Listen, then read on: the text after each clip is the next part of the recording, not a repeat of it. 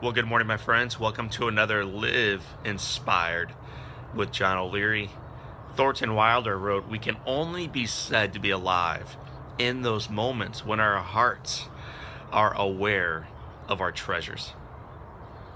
In 1621, after an unusually difficult winter where more than half of their population would die, the group of pilgrims paused.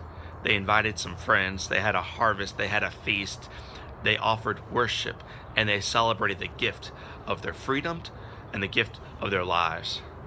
It was a holiday born out of struggle. It's a holiday that began by celebrating that in spite of the challenges of this day, there are reasons to count our blessings. And that tradition continued.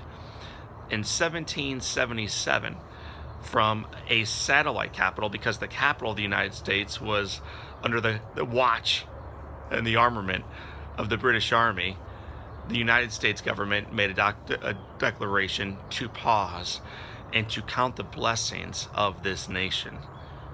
Signed, therefore, by George Washington, it acknowledged that in spite of the challenges of this day, the challenges of this people, the challenges of this army, the challenges of this country and this world, there are reasons to pause, there are reasons to give thanks, and there are reasons to ask the question, why me?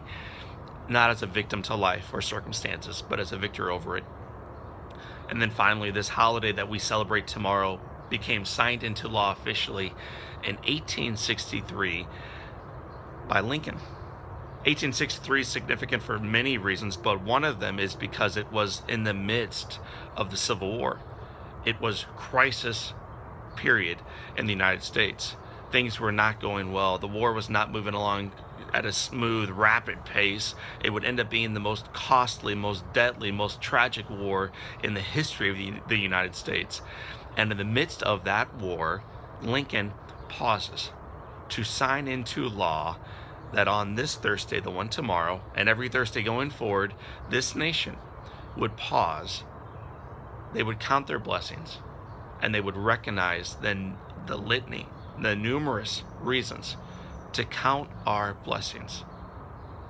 My friends, we can only be said to be alive in the moments when our hearts are aware of our treasures.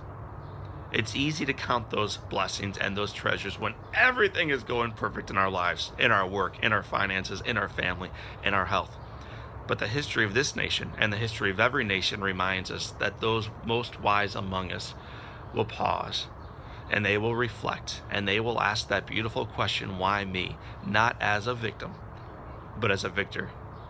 My friends, I wish you a happy Thanksgiving a day before, and I invite you to pause and recognize the great gift that is your life.